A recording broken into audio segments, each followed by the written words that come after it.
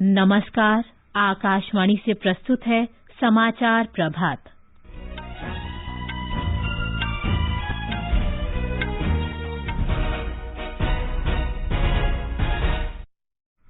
प्रमुख रक्षा अध्यक्ष जनरल बिपिन रावत, उनकी पत्नी और 11 सैन्य कर्मियों की तमिलनाडु में हेलीकॉप्टर दुर्घटना में मौत। जनरल रावत और उनकी पत्नी का अंतिम संस्कार कल दिल्ली छावनी में किया जाएगा। रक्षा मंत्री राजनाथ सिंह आज संसद के दोनों सदनों में हेलीकॉप्टर दुर्घटना पर बयान देंगे। केंद्रीय मंत्रिमंडल ने प्रधानमंत्री आवास योजना ग्रामीण मार्च 2024 तक जारी रखने को मंजूरी दी। 44,605 करोड़ रुपए की लागत से केन बेतवा नदी संपर्क परियोजना को भी मंजूरी दी। देश में कोविड टीकाकरण का आंकड़ा 130 करोड़ के पार। विश्व स्वास्थ्य संगठन ने ओमिक्रॉन से निपटने के लिए टीकाकरण में तेजी लाने को कहा। अमेरिका के बाद ब्रिटेन, कनाडा और ऑस्ट्रेलिया ने भी पेइचिंग शीतकालीन ओलंपिक 2022 के राजनयिक बहिष्कार की घोषणा की। बीसीसीआई ने दक्षिण अफ्रीका के साथ क्रिकेट टेस्ट श्रृंखला के लिए भारतीय टीम की घोषणा की। विराट कोहली के स्थान पर रोहित शर्मा एक दिवसीय टीम के कैप्टन बने और भारत की झिली दाला बेहरा ने उज्बेकिस्तान में राष्ट्रमंडल भारोत्तोलन प्रतियोगिता में स्वर्ण पदक जीता।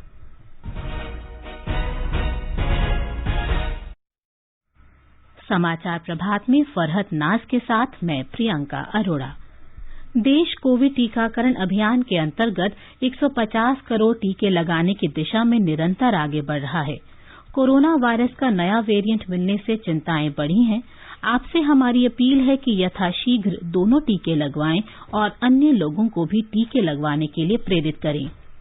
कृपया 3 आसान उपायों का पालन अवश्य करें। मास्क लगाएं, 2 गज की सुरक्षित दूरी बनाए रखें, हाथ और चेहरा साफ रखें। कोविड से संबंधित किसी भी जानकारी और मार्गदर्शन के लिए राष्ट्रीय हेल्पलाइन नंबर 011-2397-8046 और 1075 पर संपर्क करें। अब समाचार विस्तार से। प्रमुख रक्षा अध्यक्ष जनरल बिपिन रावत, उनकी पत्नी मधुलिका रावत और 11 अन्य लोगों की कल तमिलनाडु में हेलीकॉप्टर दुर्घटना में मृत्यु हो गई। जनरल रावत और 13 अन्य लोगों को ले जा रहा MI-17 V5 हेलीकॉप्टर तमिलनाडु में कोयम्बटूर के पास सुल्लूरू में वायुसेना केंद्र से उड़ान भरने के कुछ देर बाद दुर्घटनाग्रस्त हो गया, जो जनरल रावत की असमय मृत्यु का कारण बना। भारतीय वायुसेना ने इस दुर्घटना की जांच के आदेश दे दिए हैं। इस दुर्घटना में एकमात्र जीवित बचे ग्रुप कैप्टन वरुण सिंह का वेलिंगटन में सैनिक अस्पताल में उपचार चल रहा है। प्रमुख रक्षा अध्यक्ष जनरल बिपिन रावत और उनकी पत्नी मधुलिका रावत का अंतिम संस्कार कल दिल्ली छावनी में किया जाएगा। उनके पार्थिव शरीर आज शाम विमान से राष्ट्रीय राजधानी पहुंचने की संभावना है। इससे पहले आज वेलिंगटन में मद्रास रेजिमेंटल सेंटर में श्रद्धांजलि सभा होगी। सेना प्रमुख मनोज मुकुंद नरवणे और वायुसेना प्रमुख air chief marshal VR Chaudhary श्रद्धांजलि सभा में भाग लेने के लिए आज सवेरे वेलिंगटन पहुंचेंगे। इसके बाद जनरल रावत और उनकी पत्नी का पार्थिव शरीर दिल्ली लाया जाएगा। कल पार्थिव शरीर नई दिल्ली में जनरल रावत के निवास पर लाया जाएगा, जहां लोग सवेरे 11 बजे से दोपहर 2 बजे तक श्रद्धांजलि दे सकते हैं। रक्षा मंत्री राजनाथ सिंह आज संसद के दोनों सदनों में हेलीकॉप्टर दुर्घटना पर बयान देंगे। इससे पहले कल प्रधानमंत्री नरेंद्र मोदी ने इस घटना के बाद सुरक्षा से संबद्ध मंत्रिमंडल समिति की बैठक की अध्यक्षता की। देश के पहले प्रमुख रक्षा अध्यक्ष जनरल बिपिन रावत 31 दिसंबर 2016 से 31 दिसंबर 2019 तक सेना प्रमुख थे। एक रिपोर्ट।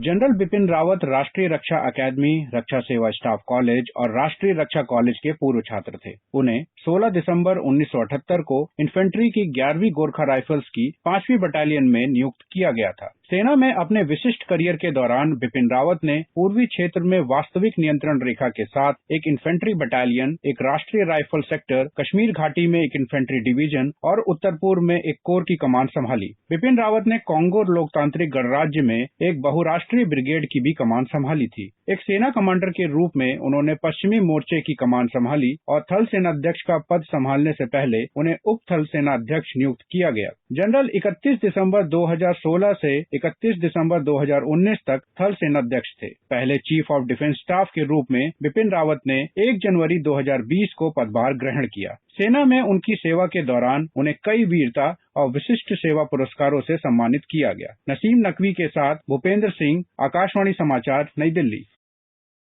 राष्ट्रपति, उपराष्ट्रपति और प्रधानमंत्री ने प्रमुख रक्षा अध्यक्ष जनरल बिपिन रावत के निधन पर दुख व्यक्त किया है। राष्ट्रपति रामनाथ कोविंद ने एक ट्वीट में कहा कि राष्ट्र ने अपने वीर सपूतों में से एक को खो दिया है। उपराष्ट्रपति एम वेंकैया नायडू ने कहा कि हेलीकॉप्टर दुर्घटना में जनरल रावत के हृदय विदारक निधन पर गहरा धक्का लगा है।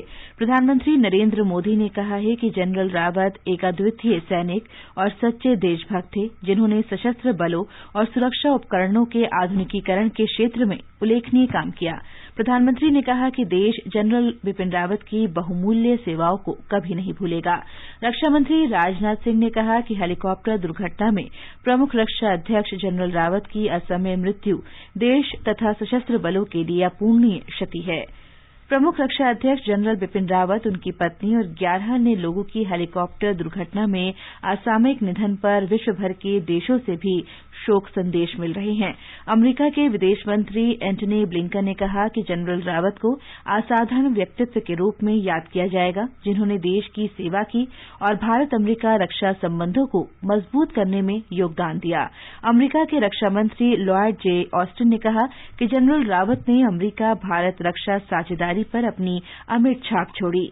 अमेरिकी दूतावास ने जनरल रावत की सराहना करते हुए कहा कि उन्होंने भारतीय सेना के परिवर्तनकारी ऐतिहासिक दौर का नेतृत्व किया। श्रीलंका के प्रधानमंत्री महिंदा राजपक्षे ने कहा कि प्रमुख रक्षा अध्यक्ष जनरल बिपिन रावत और अन्य के असामयिक निधन से वे शोक संतप्त हैं। भूटान के प्रधानमंत्री लोते छेरिंग ने कहा कि भूटान के लोग और वे भारत और पीड़ित परिवारों के प्रति संवेदना व्यक्त करते हैं। मालदीव के राष्ट्रपति मोहम्मद सालेह ने संवेदना व्यक्त करते हुए कहा कि वर्ष 2019 में उन्हें जनरल रावत से भेंट का सौभाग्य मिला था। वे एक सच्चे सैनिक थे, जिन्होंने देश सेवा को सर्वोच्च स्थान पर रखा। इजरायल के रक्षा मंत्री बेनी गेंट्स ने इजरायल के रक्षा मंत्रालय की ओर से भी संवेदना व्यक्त की। ताइवान के विदेश मंत्रालय ने भी इस हादसे पर गहरा दुख व्यक्त किया है। रूस के राजदूत निकोले कुदाशेस ने कहा कि जनरल रावत रूस के सच्चे मित्र थे और उन्होंने प्रमुख रक्षा अध्यक्ष के रूप में पहली विदेश यात्रा के लिए रूस को चुना था। श्री कुदाशेस ने कहा कि भारत ने एक महान देशभक्त और समर्पित योद्धा खोया है। भारत में ब्रिटेन के उच्चायुक्त एलेक्स डब्ल्यू एलिस ने जापान के राजदूत सातोशी सुजुकी, पोलैंड के राजदूत एंडेम ब्यारकोव्स्की, जर्मन के राजदूत वॉल्टर लिलियंडर, फ्रांस के राजदूत इमैनुअल लेनिन और चीन के राजदूत सुन विडोंग ने भी जनरल रावत और दुर्घटना में मारे गए लोगों के परिजनों के प्रति गहरी संवेदना व्यक्त की है। केंद्रीय मंत्रिमंडल ने प्रधानमंत्री आवास योजना ग्रामीण मार्च 2024 तक जारी रखने की मंजूरी दे दी है। मंत्रिमंडल की बैठक के बाद सूचना और प्रसारण मंत्री अनुराग ठाकुर ने नई दिल्ली में बताया कि प्रधानमंत्री आवास योजना ग्रामीण इलाकों में सभी के लिए आवास सुनिश्चित करेगी। अब इस योजना के साथ साथ हर परिवार के लिए पक्का मकान, पानी, बिजली और शौचालय उपलब्ध करवाने का संकल्प भी पूरा होता है। ये अपने आप में एक बड़ा निर्णय है कि जहां प्रधानमंत्री आवास योजना को 2024 तक जारी रखने के लिए ग्रामीण को निर्णय लिया गया। 2,17,257 करोड़ रुपए इसके ऊपर खर्च आएगा। श्री ठाकुर ने बताया कि मंत्रिमंडल ने केन बेतवा नदियों को जोड़े जाने की परियोजना को भी मंजूरी दे दी है। केंद्रीय मंत्रिमंडल ने 44,605 करोड़ रुपए की लागत से बनने वाले केन बेतवा नदियों को जोड़ने की परियोजना को मंजूरी दी है। ये राष्ट्रीय परियोजना होगी और इसमें केंद्र सरकार का कुल योगदान 90% होगा। ये प्रोजेक्ट 8 वर्षों में पूरा किया जाएगा। मध्य प्रदेश के मुख्यमंत्री शिवराज सिंह चौहान ने केन बेतवा संपर्क परियोजना को मंजूरी देने के लिए प्रधानमंत्री नरेंद्र मोदी, केंद्रीय मंत्री नितिन गडकरी और केंद्रीय मंत्रिमंडल का आभार व्यक्त किया है। मुख्यमंत्री ने कहा कि ये परियोजना बुंदेलखंड क्षेत्र के विकास के लिए वरदान साबित होगी। एक रिपोर्ट। परियोजना के पूरा होने पर राज्य के छतरपुर, पन्ना, टीकमगढ़, निवाड़ी, दमोह, सागर, दतिया, शिवपुरी, विदिशा और रायसेन जिले लाभान्वित होंगे। प्रदेश के बुंदेलखंड क्षेत्र में 8,11,000 हेक्टेयर क्षेत्र में सिंचाई की सुविधा उपलब्ध होगी। वहीं जल संकट से प्रभावित राज्य की 41 लाख आबादी को पेयजल की सुविधा भी मिलेगी। इस परियोजना से भूजल स्तर में सुधार के साथ क्षेत्र में पर्यटन और कृषि को बढ़ावा मिलेगा। पूजा पी वर्धन, आकाशवाणी समाचार, भोपाल। लोकसभा में आज केंद्रीय सतर्कता आयोग संशोधन विधेयक 2021 और दिल्ली विशेष पुलिस स्थापन संशोधन विधेयक 2021 पेश किया जाना है। जलवायु परिवर्तन पर सदन में कल शुरू हुई चर्चा आज भी जारी रहेगी। राज्यसभा में राष्ट्रीय औषध शिक्षा और अनुसंधान संस्थान संशोधन विधेयक 2021 आज के विधायी कार्यों में सूचीबद्ध है। और अब आगे बढ़ने से पहले एक नजर मुख्य समाचारों पर। प्रमुख रक्षा अध्यक्ष जनरल बिपिन रावत, उनकी पत्नी और 11 सैन्य कर्मियों की तमिलनाडु में हेलीकॉप्टर दुर्घटना में मौत। जनरल रावत और उनकी पत्नी का अंतिम संस्कार कल दिल्ली छावनी में किया जाएगा। रक्षा मंत्री राजनाथ सिंह आज संसद में हेलीकॉप्टर दुर्घटना पर बयान देंगे। केंद्रीय मंत्रिमंडल ने प्रधानमंत्री आवास योजना ग्रामीण मार्च 2024 तक जारी रखने को मंजूरी दी। 44,605 करोड़ रुपए की लागत से केन बेतवा नदी संपर्क परियोजना को भी मंजूरी। देश में कोविड टीकाकरण का आंकड़ा 130 करोड़ के पार। विश्व स्वास्थ्य संगठन ने ओमिक्रॉन से निपटने के लिए टीकाकरण में तेजी लाने को कहा। अमेरिका के बाद ब्रिटेन, कनाडा और ऑस्ट्रेलिया ने भी पेइचिंग शीतकालीन ओलंपिक 2022 के राजनयिक बहिष्कार की घोषणा की। बीसीसीआई ने दक्षिण अफ्रीका के साथ क्रिकेट टेस्ट श्रृंखला के लिए भारतीय टीम की घोषणा की। विराट कोहली के स्थान पर रोहित शर्मा एक दिवसीय टीम के कप्तान बने। और भारत की झिली डाला बेहेरा ने उज्बेकिस्तान में राष्ट्रमंडल भारोत्तोलन प्रतियोगिता में स्वर्ण पदक जीता। देश में कोविड टीकाकरण 130 करोड़ का आंकड़ा पार कर चुका है। अब तक कुल 130 करोड़ 42,99,327 टीके लगाए जा चुके हैं। कल 72 लाख से अधिक टीके शाम 7 बजे तक लगा दिए गए थे। आकाशवाणी का समाचार सेवा प्रभाग विशेष वर्षांत श्रृंखला में वर्ष की प्रमुख झलकियां प्रस्तुत कर रहा है। आज की कड़ी में भारत के कोविड टीकाकरण अभियान की हम चर्चा करेंगे। कोविड-19 संक्रमण के नियंत्रण और प्रबंधन में टीकाकरण बहुत ही प्रभावी सिद्ध हुआ है। भारतीय वैज्ञानिकों ने 1 वर्ष से भी कम समय में कोविड रोधी के 2 टीके कोविशील्ड और कोवैक्सीन तैयार किए। प्रधानमंत्री नरेंद्र मोदी ने देश में विकसित टीकों की मदद से दुनिया का सबसे बड़ा टीकाकरण अभियान शुरू किया। इस वर्ष 16 जनवरी को टीकाकरण अभियान आरंभ करते हुए प्रधानमंत्री ने कहा कि सामान्य तौर पर टीका विकसित करने में वर्षों का समय लगता है, लेकिन भारत ने बहुत कम समय में 1 नहीं बल्कि 2 टीके विकसित किए। आमतौर पर एक वैक्सीन बनाने में बरसों लग जाते हैं, लेकिन इतने कम समय में 1 नहीं 2 मेड इन इंडिया वैक्सीन तैयार हुई है। कई और वैक्सीन पर भी काम तेज गति से चल रहा है। ये भारत के सामर्थ्य, भारत की वैज्ञानिक दक्षता, भारत के टैलेंट का जीता जागता सबूत है। भारत के कोविड रोधी टीका अभियान पर हमारे संवाददाता की ये रिपोर्ट। केंद्र सरकार ने कोविड-19 के प्रसार को रोकने की अपनी रणनीति के तहत कोविड-19 के टीकों के विकास पर ध्यान केंद्रित किया। कोवैक्सीन और कोविशील्ड टीका तैयार होने के बाद देश में ही विश्व का पहला डीएनए आधारित टीका जैकॉव-डी तैयार किया गया। टीकाकरण अभियान को और मजबूती देने के लिए भारत ने स्पुतनिक वी, मॉडर्ना और जॉनसन एंड जॉनसन टीकों के आपातकालीन इस्तेमाल को मंजूरी दी। इसके अलावा कुछ टीकों का परीक्षण चल रहा है, जिनमें बायोलॉजिकल ई शामिल है। सरकार ने भारतीय टीकों के अनुसंधान और विकास को बढ़ावा देने के लिए मिशन कोविड सुरक्षा की भी शुरुआत की है। आनंद कुमार, आकाशवाणी समाचार, दिल्ली। झारखंड सरकार ने कोविड महामारी में मारे गए लोगों के परिवारों को 50-50 हजार रुपए देने का फैसला किया है। राज्य के स्वास्थ्य मंत्री बन्ना गुप्ता ने सभी 24 जिलों के उपायुक्तों को पीड़ित परिवारों को ये राशि उपलब्ध कराने का निर्देश दिया है। विश्व स्वास्थ्य संगठन ने कहा है कि सभी देशों की सरकारों को कोविड रोकथाम उपायों का आकलन करना चाहिए और नए वेरिएंट ओमिक्रॉन से निपटने के लिए टीकाकरण में तेजी लानी चाहिए। हालांकि संगठन ने कहा है कि ये कहना जल्दबाजी होगी कि मौजूदा टीके नए वेरिएंट पर कितने प्रभावी होंगे। ब्रिटेन, कनाडा और ऑस्ट्रेलिया पेइचिंग शीतकालीन ओलंपिक 2022 के राजनयिक बहिष्कार में अमेरिका के साथ शामिल हो गए हैं। ये सभी देश चीन में मानवाधिकार उल्लंघन को लेकर पेइचिंग ओलंपिक का बहिष्कार कर रहे हैं। ब्रिटेन के प्रधानमंत्री बोरिस जॉनसन ने घोषणा की है कि ब्रिटिश सरकार का कोई भी मंत्री शीतकालीन ओलंपिक में शामिल नहीं होगा। कनाडा के प्रधानमंत्री जस्टिन ट्रूडो ने कहा कि चीनी सरकार द्वारा लगातार मानवाधिकार उल्लंघनों को लेकर विश्व के अनेक देश चिंतित हैं। उन्होंने संवाददाताओं से कहा कि कनाडा से कोई भी राजनयिक प्रतिनिधित्व पेइचिंग ओलंपिक के लिए नहीं जाएगा। इससे पहले कल ऑस्ट्रेलिया के प्रधानमंत्री स्कॉट मॉरिसन ने कहा कि पेइचिंग खेलों का राजनयिक बहिष्कार ऑस्ट्रेलिया के राष्ट्रीय हित में है। भारतीय क्रिकेट कंट्रोल बोर्ड बीसीसीआई ने दक्षिण अफ्रीका के साथ टेस्ट श्रृंखला के लिए 18 सदस्यों की भारतीय टीम की घोषणा की है। रोहित शर्मा को एक दिवसीय और T20 टीमों का कप्तान बनाया गया है। विराट कोहली टेस्ट टीम के कप्तान बने रहेंगे। दोनों टीमों के बीच टेस्ट और एक दिवसीय क्रिकेट श्रृंखला 26 दिसंबर से शुरू होकर 30 जनवरी तक चलेगी। भारत की झिली डालाबेहेरा ने उज्बेकिस्तान के ताशकंद में राष्ट्रमंडल भारोत्तोलन चैंपियनशिप में महिलाओं के 49 किलोग्राम भार वर्ग में स्वर्ण पदक जीत लिया है।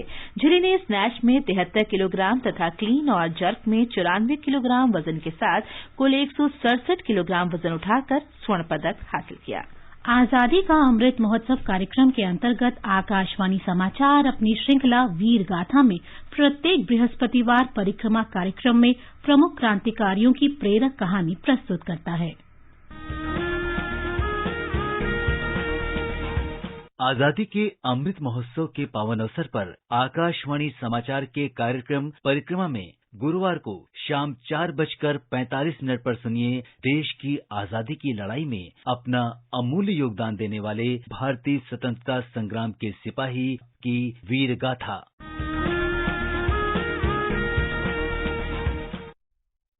आजादी का अमृत महोत्सव के अंतर्गत आइए अब सुनते हैं आकाशवाणी की विशेष प्रस्तुति आजादी का सफर। आजादी का अमृत महोत्सव।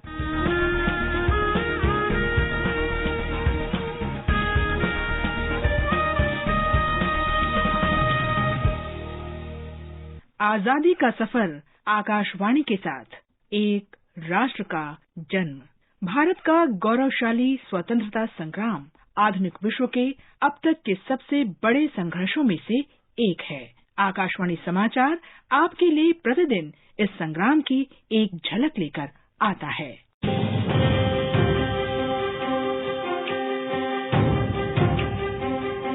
नौ दिसंबर 1946 को संविधान सभा की बैठक पहली बार नई दिल्ली में कॉन्स्टिट्यूशन हॉल में आयोजित की गई, जिसे अब संसद भवन के केंद्रीय कक्ष के रूप में जाना जाता है। इसमें 9 महिलाओं सहित 207 प्रतिनिधियों ने भाग लिया था।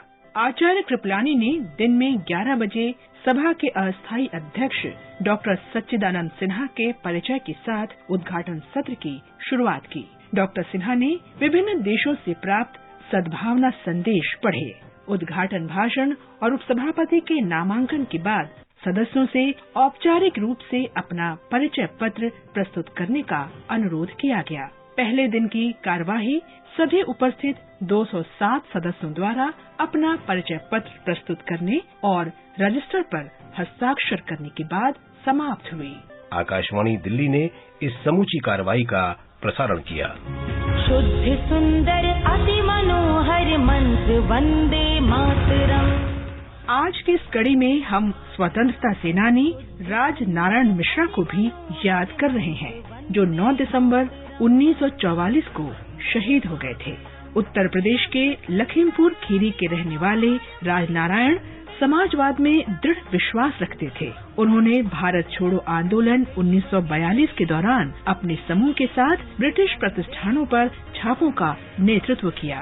राजनारायण पर उत्तर प्रदेश के उन्नाव क्षेत्र में क्रांतिकारी छापे का आरोप लगाया गया और उन्हें मौत की सजा सुनाई गई। 9 दिसंबर 1944 को लखनऊ सेंट्रल जेल में वे इनकलाब जिंदाबाद का नारा लगाते हुए फांसी पर चढ़ गए। हम इस महान भारतीय स्वतंत्रता सेनानी को नमन करते हैं। अवरोध खोला, प्रतिरोध तोला, लेखापढ़ा शेखा, খোলা মনে দেখা যেভাবে আপনি দেখেছেন বেগম রোকেয়া सखावत हुसैन। आज हम बंगाली नारीवादी विचारक, लेखिका, शिक्षक और राजनीतिक कार्यकर्ता रुकैया सखावत हुसैन को भी याद कर रहे हैं, जिनकी जयंती और पुण्यतिथि 9 दिसंबर है। उन्हें दक्षिण एशिया में महिला मुक्ति की अग्रणी माना जाता है। उन्होंने अपनी रचनाओं, कविताओं, कथाओं और निबंधों में स्त्री पुरुष समानता के लिए प्रगतिशील विचारों का समर्थन किया और महिलाओं के लिए एक बेहतर और निष्पक्ष दुनिया की परिकल्पना की। शालीनता था अवरोध जा ग्रामेर मेटा साहस पा। बेगम रुकैया के नाम से लोकप्रिय रुकैया सखावत हुसैन का जन्म वर्ष 1880 में बंगाल प्रेसिडेंसी के रंगपुर जिले में हुआ था, जो अब बांग्लादेश में है। वे रूढ़िवादी माहौल में पली बढ़ी और उनके पति तथा भाई के सहयोग से उन्हें आखिरकार आजादी मिली। अक्सर कविताएं लिखने वाली अपनी बहन करीमुन्निसा को देखकर शिक्षा और महिलाओं के व्यक्तिगत अधिकारों में उनका विश्वास और मजबूत हुआ। इस विश्वास से अभिभूत होकर उन्होंने सुल्ताना का सपना कहानी की रचना की। इसमें एक नारीवादी आदर्श राज्य की कल्पना है, जिसे इससे देश कहा जाता है, जिसमें सब कुछ महिलाएं चलाती हैं और पुरुष पर्दे में रहते हैं। बेगम रुकैया सखावत हुसैन। उनकी अन्य कृतियों में शामिल है बंगाली महिलाओं की कठिनाइयों के चित्रण संबंधी पद्मराग, एसेंस ऑफ द लोटस और अवरोध बासिनी, द कन्फाइंड वुमन। 1916 में रुकैया ने महिलाओं की शिक्षा और रोजगार की दिशा में काम करने के लिए मुस्लिम महिला संघ की स्थापना की। 1926 में उन्होंने कोलकाता में आयोजित बंगाल महिला शिक्षा सम्मेलन की अध्यक्षता की, जो महिलाओं के शिक्षा अधिकारों के समर्थन में उन्हें एकजुट करने का पहला महत्वपूर्ण प्रयास था। भारतीय महिला सम्मेलन के दौरान एक सत्र की अध्यक्षता करने के तुरंत बाद 9 दिसंबर 1932 को उनकी मृत्यु हो गई। महिला अधिकारों की इस मुखर नेत्री को हमारा सलाम। बेगम रुकैया सखावत हुसैन। इसके साथ ही आजादी का सफर आकाशवाणी समाचार के संग श्रृंखला की ये कड़ी समाप्त हुई। मिलते हैं कल अगली कड़ी में।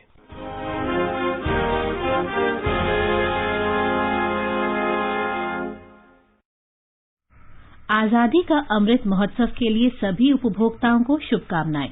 हॉलमार्क सोने की शुद्धता सुनिश्चित करता है। हमेशा हॉलमार्क वाले सोने के आभूषण खरीदें। उपभोक्ता संबंधित किसी भी शिकायत के लिए कृपया राष्ट्रीय उपभोक्ता हेल्पलाइन के टोल फ्री नंबर 14404 पर संपर्क करें। उपभोक्ता मामले विभाग, भारत सरकार द्वारा जनहित में जारी। जागो ग्राहक जागो। अब एक नजर आज के मौसम पर। राष्ट्रीय राजधानी दिल्ली में हल्का कोहरा छाया रहेगा। मुंबई में मौसम साफ रहेगा। कोलकाता और चेन्नई में बादल छाए रहेंगे। इन चारों महानगरों में न्यूनतम तापमान 10 डिग्री और अधिकतम 35 डिग्री सेल्सियस के आसपास रहेगा। श्रीनगर, जम्मू और मुजफ्फराबाद में मौसम साफ रहेगा। लेह और गिलगित में बादल छाए रहेंगे। तापमान 0 से 11 डिग्री नीचे से लेकर 24 डिग्री सेल्सियस के बीच रहने का अनुमान है।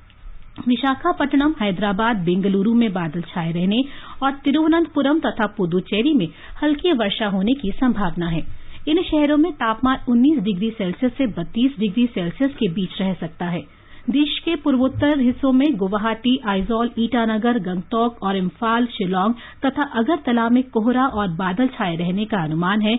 कोहिमा में आसमान साफ रहेगा। इन शहरों में न्यूनतम तापमान 7 डिग्री और अधिकतम 28 डिग्री सेल्सियस के आसपास रहने का अनुमान है। ये समाचार हमारी वेबसाइट newsonair.gov.in/hindi पर भी उपलब्ध हैं। फरहत, अब बताएं कि आज के समाचार पत्रों में क्या विशेष है। जी प्रियंका, देश के पहले प्रमुख रक्षा अध्यक्ष जनरल बिपिन रावत के निधन के समाचार के साथ उनके पराक्रम का उल्लेख आज नवभारत टाइम्स सहित सभी अखबारों की प्रमुख खबर है। दैनिक जागरण ने श्रद्धांजलि देते हुए काली स्याही से लिखा है, देश ने खोया सबसे बड़ा सैन्य अफसर। जनसत्ता का शीर्षक है, भारतीय सेना को नया स्वरूप देने के मिशन में जुटे थे सीडीएस। राजस्थान पत्रिका के शब्द हैं, नहीं रहा उड़ी हमले का सर्जिकल स्ट्राइक से बदला लेने वाला। दैनिक भास्कर का कहना है, चीन की हर कुटिल चाल का जवाब थे जनरल रावत। हादसे से 4 दिन पहले भी बातों में चीन का जिक्र था। पत्र ने लिखा है, MI-17 हेलीकॉप्टर में 14 लोग थे, जिंदा बचे ग्रुप कैप्टन वरुण सिंह की हालत गंभीर, इलाज जारी। हरिभूमि ने लिखा है, सेना ने दिए कोर्ट ऑफ इंक्वायरी के आदेश। राष्ट्रीय सहारा के अनुसार जनरल नरवणे हो सकते हैं अगले सीडीएस। सरकार के प्रस्ताव पर किसान संगठनों में सहमति बनने की खबर पर भी लोक सत्य सहित सभी अखबारों की नजर है। दैनिक जागरण ने बताया है, आधिकारिक पत्र मिलने के बाद संयुक्त किसान मोर्चा की आज फिर होगी बैठक, हो सकता है आंदोलन समाप्ति का ऐलान। ओमिक्रॉन को लेकर हिंदुस्तान की खबर है, विश्व स्वास्थ्य संगठन और अमेरिका के शीर्ष वैज्ञानिकों ने कहा, नया स्वरूप डेल्टा और अन्य से घातक नहीं। उनका दावा है, मौजूदा टीके ओमिक्रॉन से भी बचाने में सक्षम। जनसत्ता ने रिजर्व बैंक द्वारा प्रमुख ब्याज दर को बरकरार रखे जाने पर लिखा है, पहले की तरह मिलता रहेगा सस्ता कर्ज। अमर उजाला के आर्थिक पन्ने की खबर है, अर्थव्यवस्था में जारी सुधार को सहारा देने के लिए रिजर्व बैंक के फैसले। यूपीआई से निवेश 5 लाख तक, बिना इंटरनेट डिजिटल भुगतान और कार्ड से लेन देन पर घटेगा शुल्क। हिंदुस्तान की सुर्खी है, प्रसिद्ध साहित्यकार असगर वजाहत को नाटक महाबली के लिए वर्ष 2021 का व्यास सम्मान। और अंत में मुख्य समाचार एक बार फिर। प्रमुख रक्षा अध्यक्ष जनरल बिपिन रावत, उनकी पत्नी और 11 सैन्य कर्मियों की तमिलनाडु में हेलीकॉप्टर दुर्घटना में मौत। जनरल रावत और उनकी पत्नी का अंतिम संस्कार कल दिल्ली छावनी में किया जाएगा। रक्षा मंत्री राजनाथ सिंह आज संसद में हेलीकॉप्टर दुर्घटना पर बयान देंगे। केंद्रीय मंत्रिमंडल ने प्रधानमंत्री आवास योजना ग्रामीण मार्च 2024 तक जारी रखने को मंजूरी दी। 44,605 करोड़ रुपए की लागत से केन बेतवा नदी संपर्क परियोजना को भी मंजूरी। देश में कोविड टीकाकरण का आंकड़ा 130 करोड़ के पार। विश्व स्वास्थ्य संगठन ने ओमिक्रॉन से निपटने के लिए टीकाकरण में तेजी लाने को कहा। अमेरिका के बाद ब्रिटेन, कनाडा और ऑस्ट्रेलिया ने भी पेइचिंग शीतकालीन ओलंपिक 2022 के लिए राजनयिक बहिष्कार की घोषणा की। बीसीसीआई ने दक्षिण अफ्रीका के साथ क्रिकेट टेस्ट श्रृंखला के लिए भारतीय टीम की घोषणा की। विराट कोहली के स्थान पर रोहित शर्मा 1 दिवसीय टीम के कप्तान बने। इसके साथ ही समाचार प्रभात का ये अंक समाप्त हुआ। नमस्कार।